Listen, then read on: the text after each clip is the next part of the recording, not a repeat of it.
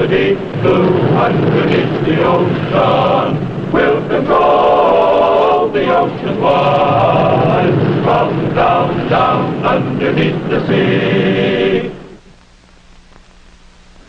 I'm Rear Admiral Thomas M. Dykers, retired. The story you're about to see is reminiscent of an earlier age in naval warfare, the age of grappling hooks, boarding parties, and plundering of enemy ships. These antiquated methods actually came into use again in World War II, and our submariners in the Pacific encountered new danger and excitement, particularly the crew of the USS Cod, who learned that even the best laid plans of boarding parties can sometimes go astray.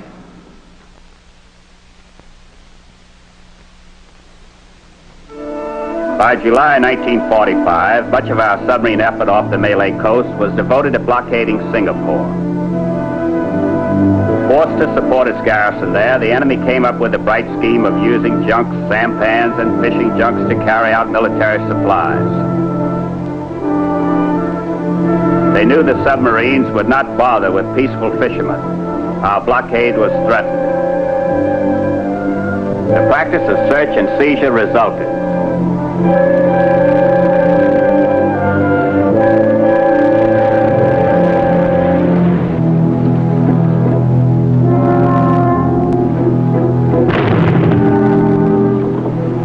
When feasible, the cargo was jettisoned and the boat allowed to sail on.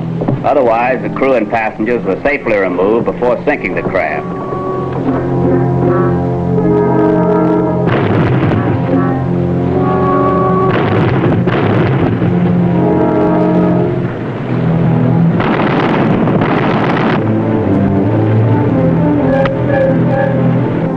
It was dangerous work, and Lieutenant Commander Edwin L. Westbrook of Sacramento, California, skipper of the Cod, took every precaution. No one knew when a machine gun would suddenly appear from the hold of an innocent-looking craft, or when enemy soldiers might spring from hiding and begin throwing grenades. Lieutenant Junior Grade Franklin S. Kimball of Melrose, Massachusetts, was in charge of the raiders.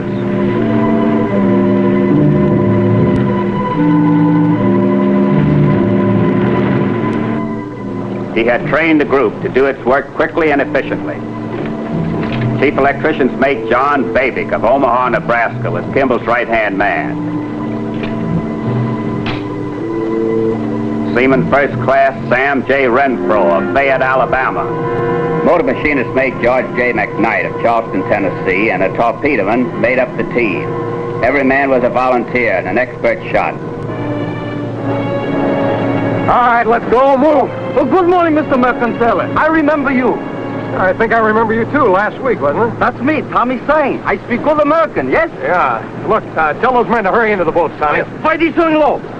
Why not you take me prisoner, mister? I help you plenty. I'm afraid not. Now, come on, you're holding us up. No pay, mister, no charge. Your folks will be looking for you. I missionary child, mister. Now missionary gone.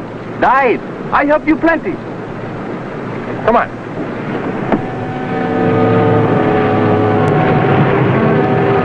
Tommy Sang, with Captain Westbrook's approval, became the interpreter and the sixth member of the Cod's boarding party.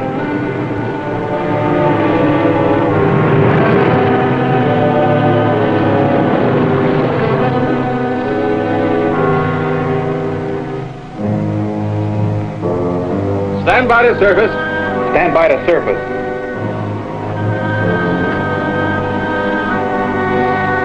Frank? All set, Captain. Come up here, will you?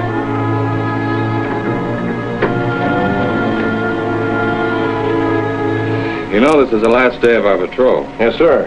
What are we going to do with Tommy? I was hoping we could take him to Australia with us. Don't you think he'd be happier if we put him on this boat and let him go back to China? No, Captain, I don't. Well, I'm afraid we don't have any choice. Surface! Surface.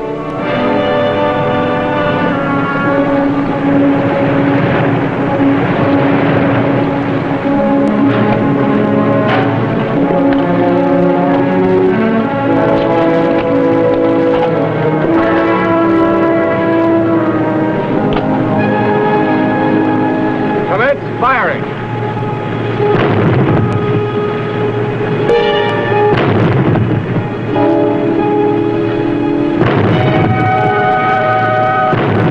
Cease firing.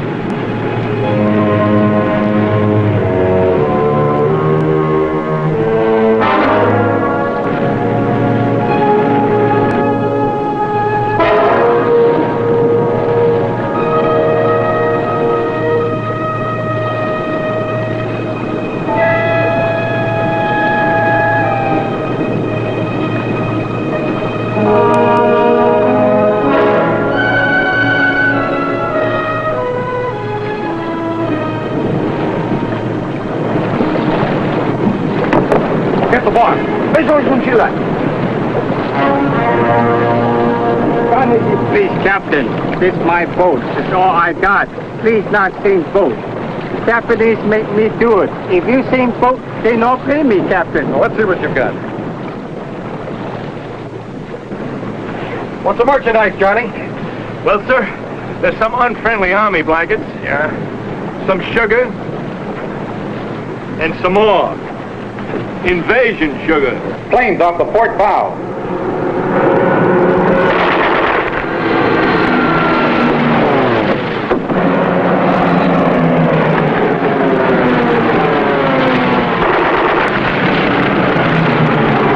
Get out! We're diving! You can't make it. We'll pick you up later. Come on, Sam! Jump!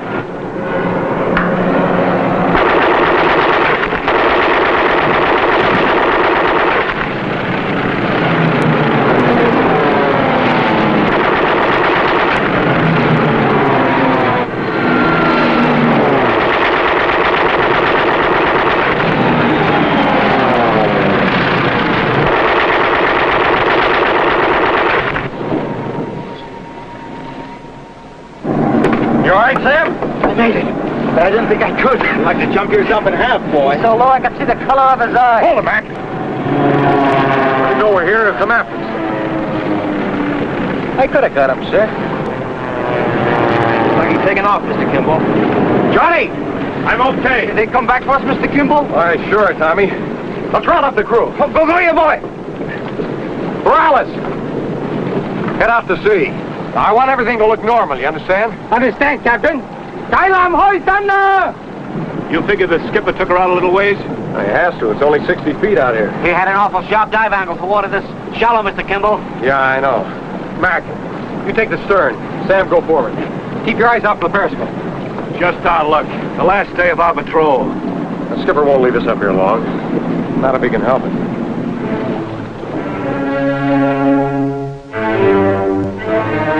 Any damage outside of the sound gear? No, sir. Periscope depth. Periscope depth.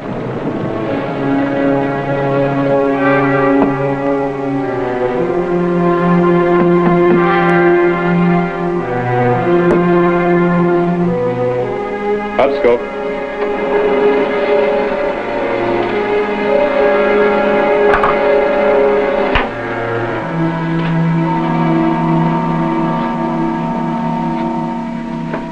Bandit's gone? Looks like it. Nope, he's coming back with his friends, about 10 of them. Those planes can see us. We gotta get to deep water. Right 15 degrees rudder. Right, 15 degrees rudder.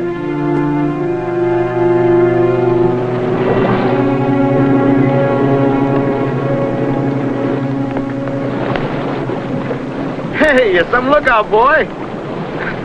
Nice, Doctor.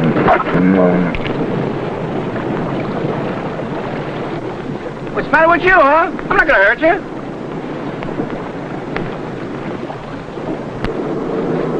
I don't get it, Mr. Kimball. Something's wrong. Well, it's pretty choppy. You just can't see the periscope.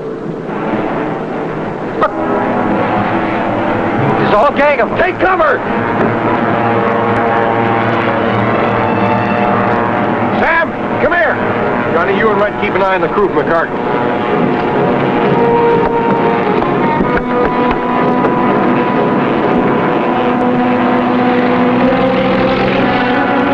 They're not working. Tommy, go out and tell them business as usual. Wave at those planes.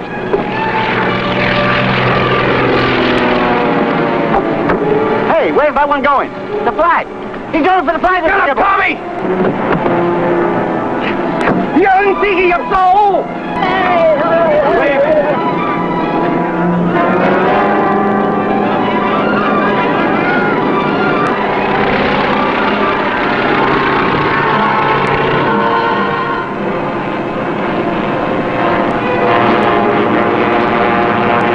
They're carrying bombs. I hope the skipper got out of here.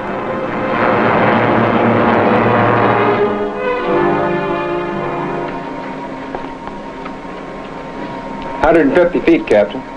Don't want to get too far away. It'll be hard enough to find him as it is. Kimball's smart enough to come out a ways, isolate himself. Yeah, if you can.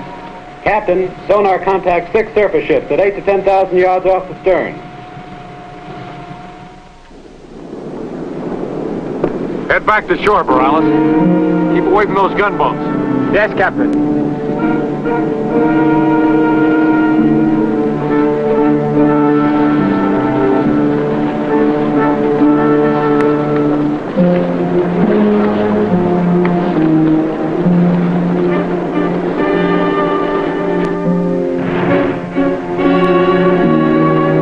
Morales, we're too close to those gunboats. It's the wind, Captain. I can't help it. Okay, everybody, spread out. I'll keep an eye on the crew. Anybody does anything wrong, I shoot, see?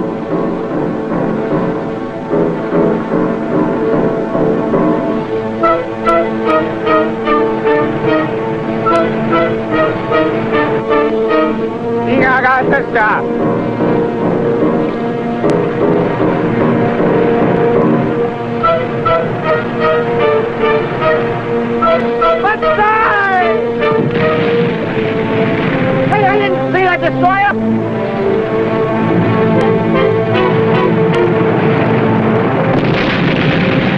Probably picked up the cod and the sonar. Well, he's rolling them off. Get out of here, Skipper! Get out of here!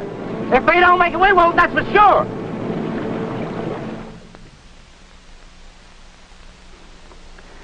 For 3 hours, the Cod was tracked in depth charge by 2 enemy gunboats and a destroyer.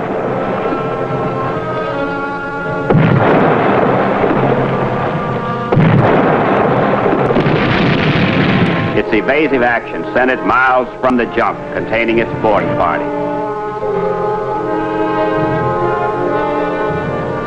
See anything, boy? Water, water, everywhere water. Oh, you made yourself a friend, huh? He hates me. Won't let me touch him. Oh, yeah? Man, this stuff is terrible. It's the only water they got. We had to boil it. What's the chow? I'm starving. There's a guy cooking up some rice back there. Is that all? Next time, bring your own lunch, huh? If there is a next time, I will. This about where we picked you up? Yes, Captain. We'll anchor here. Ciao, Mr. Kimball. Oh, thanks, Tommy. What's the matter, Johnny? Have you tasted it yet? No. I like rice with gravy or soy sauce. Even sugar and cinnamon, but not plain. Hey, sugar! Yeah, sugar!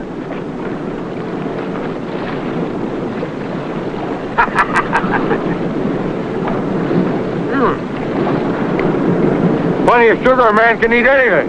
That's right.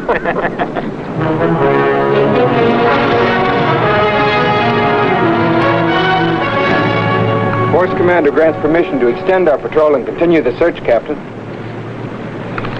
It's getting dark. We'll never find them tonight. We'll have help from the Blenny and Boarfish tomorrow. One of us ought to find them. It's the identification I'm thinking of, George. There was something strange about that boat. The dog. That's it. A white dog in the bow. That might help. I don't know. Fred, you and Sam take the first watch. Johnny and Mac the second. Tommy will stay in third watch with me. Sam? I heard you, Mr. Kimball. Say, did you know today was August 1st? So what? It's my father's birthday. I hope you're personally able to tell him all about this someday, Sam. Ah, they'll find us. Who got a cigarette? I'm out. Me too. Didn't even bring any. I've got a couple. Have to make them last. 2 to 1 in the morning, we'll be eating French toast and bacon and washing it down with good hot coffee.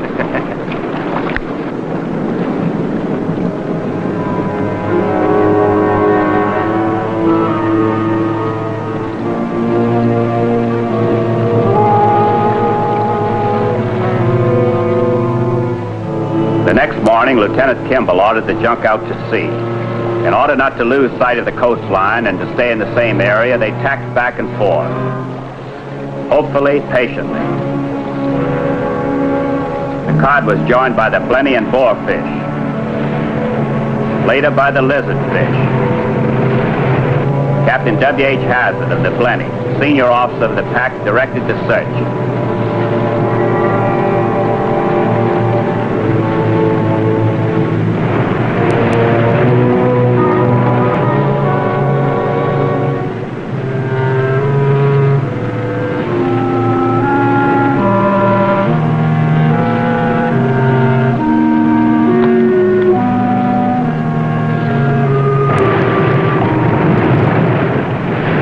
Be dark in an hour.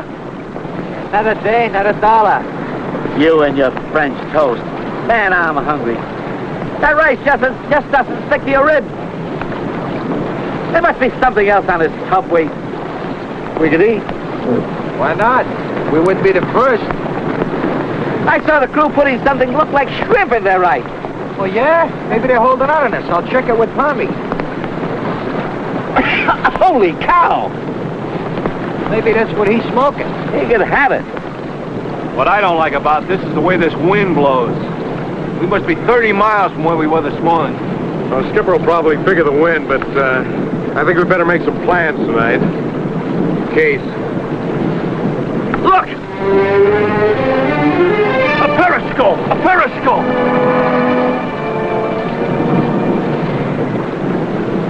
Maybe next time, huh? Look at Red. Periscope or not, all the same to him. Wonder what he uses for nerves.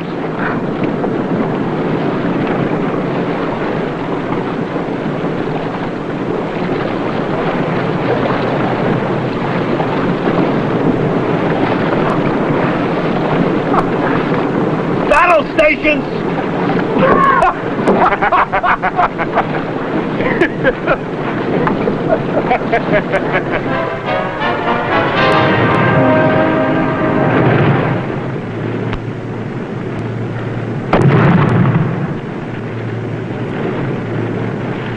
We're close enough, LCM. Why don't you try to get some sleep, Captain? I'll take over. I can't make it. I tried this morning. Keep up the flares for another hour. I'm going to go watch the radar screen.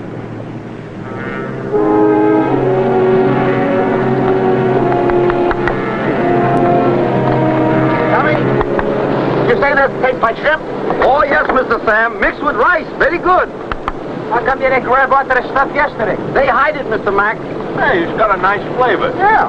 Yeah, but there's holes in it. Don't they shell these things, Tommy? Oh, yes, shrimp shell, Mr. Kimball. Then what else is in it? What's this? Oh, that grasshopper. Very good. Grasshopper.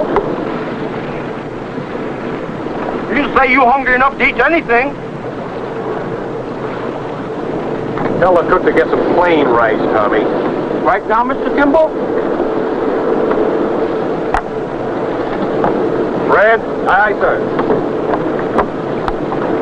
All right, I think it's about time we stop hiding our heads in the sand. Hey, a shooting star. That's the second one I saw tonight.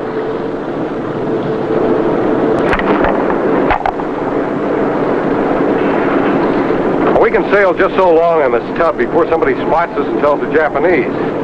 Now, maybe they'll take us prisoner of war, maybe they won't. When we stay on here, we take our chances. What else can we do, Mr. Kimball? Well, the other thing is make it for sure. Well, with Tommy to help, there's a chance we can get to Burma. I'm not suggesting one or the other. Just want to let you know what the alternatives are.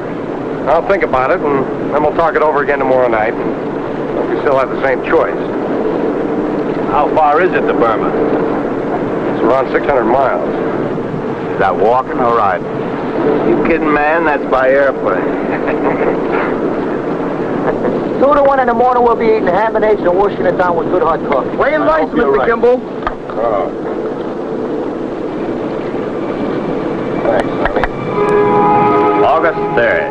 The search for Kimball and his men continued, but it was beginning to look like a hopeless task.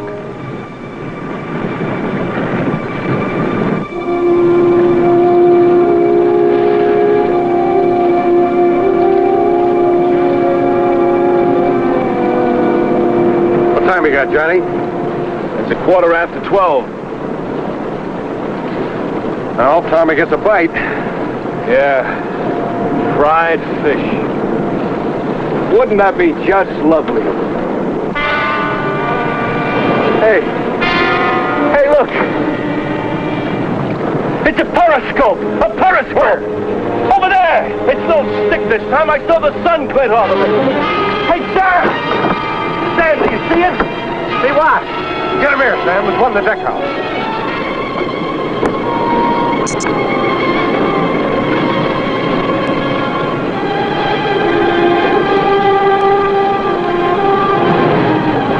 I see it! I see it! I thought I see it! You were right about the thing.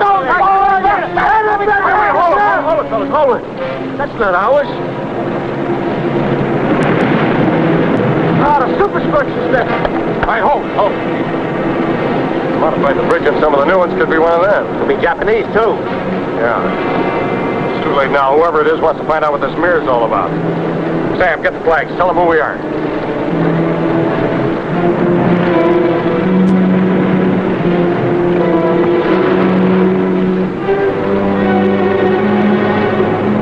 Captain Kimball, you know sink my boat?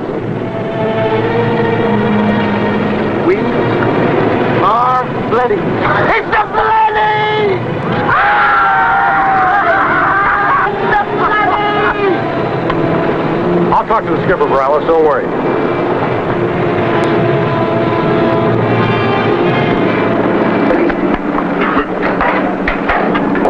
Welcome aboard. You look like Santa Claus in August, sir. Well, Merry Christmas. We radioed the Cod. We'll have you aboard in a few hours. Well, the way you approached us, sir, looked like you knew who we were all the time. Well, I did. Commander Westbrook said to look for a boat with a white dog, and that made it easy. You mean that dog led you to us, sir? It certainly helped. Oh, boy, am I glad we stayed hungry. Say, Captain, they've been very cooperative. Why don't we let them just take off? Everything off there that shouldn't be on there? Yeah, we've cleaned it out. Okay by me. Morales, jump off! Boy, you sure had some experience. Oh, I want to tell you.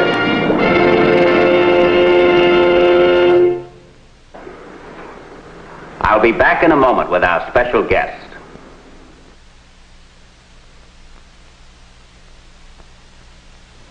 The Cod's lost boarding party sailed the South China Sea for 52 hours before it was rescued by Commander Hazard and the Blenny.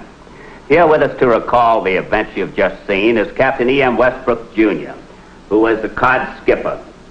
Well, Ed, 52 hours doesn't seem like a long time now, does it? No, Admiral, it doesn't. It's hard to believe that Frank Kimball and his men were on that boat so few hours. It seemed like an eternity at the time. I can well imagine. One thing is sure, though. If it felt like a long time to us, it must have felt like forever to them. They thought the Cod had been hit or sunk, didn't they? Yes. Frank told me later all of them were pretty sure we had, though none of them said it out loud until after they were rescued. They were all secretly sure that at best they'd wind up in a prison camp. But they had courage and a sense of humor, and it pulled them through. I presume that when the patrol ended, the Cod made a beeline for Australia. We did indeed.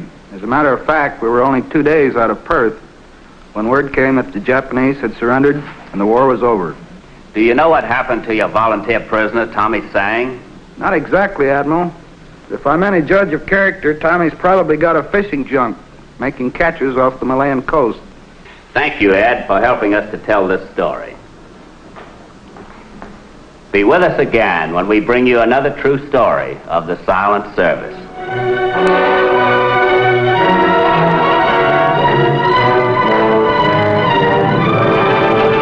Take her down and softly glide through the deep blue underneath the ocean.